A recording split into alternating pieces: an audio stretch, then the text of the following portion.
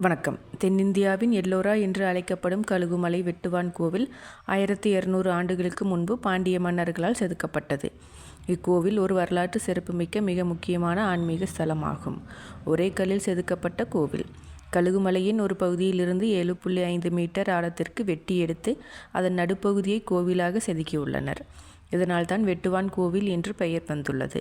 சிவனை மூலவராக கொண்டுள்ள இக்கோவிலில் பிரம்மா, விஷ்ணு, தேவகன்னியர்கள், பூதகணங்கள் போன்றவர்களை சிற்பமாக செதுக்கியுள்ளனர். இங்குள்ள சிற்பங்கள் அனைத்தும் நுணுக்கமான முறையில் வேலைப்பாடுகள் அமைந்து பார்ப்போரை வியக்க வைக்கும் வகையில் அமைந்துள்ளன. அரைமலை என்றும் அழைக்கப்படும் கழுகுமலையில் வெட்டுவான் கோவிலில் இருந்து மலை மீது படியேறிச் சென்றால் சமணர் பள்ளி ஒன்று உள்ளது. பாண்டிய மன்னன் பராந்தக நெடுஞ்சடையின் காலத்தில் 1200 ஆண்டுகளுக்கு முன்பு திகம்பர சமணர்களால் செதுக்கப்பட்ட 150 தீர்த்தங்கரர்களின் உருவங்கள் தமிழ் வட்டெழுத்தோடு எழிலுற அமைந்துள்ளன. மலையின் மேலிருந்து கீழாக தலைகீழாக செதுக்கப்பட்ட அரிய கட்டிடக்கலை பேரதிசயம் கழுகுமலை வெட்டுவான் கோவில். நன்றி.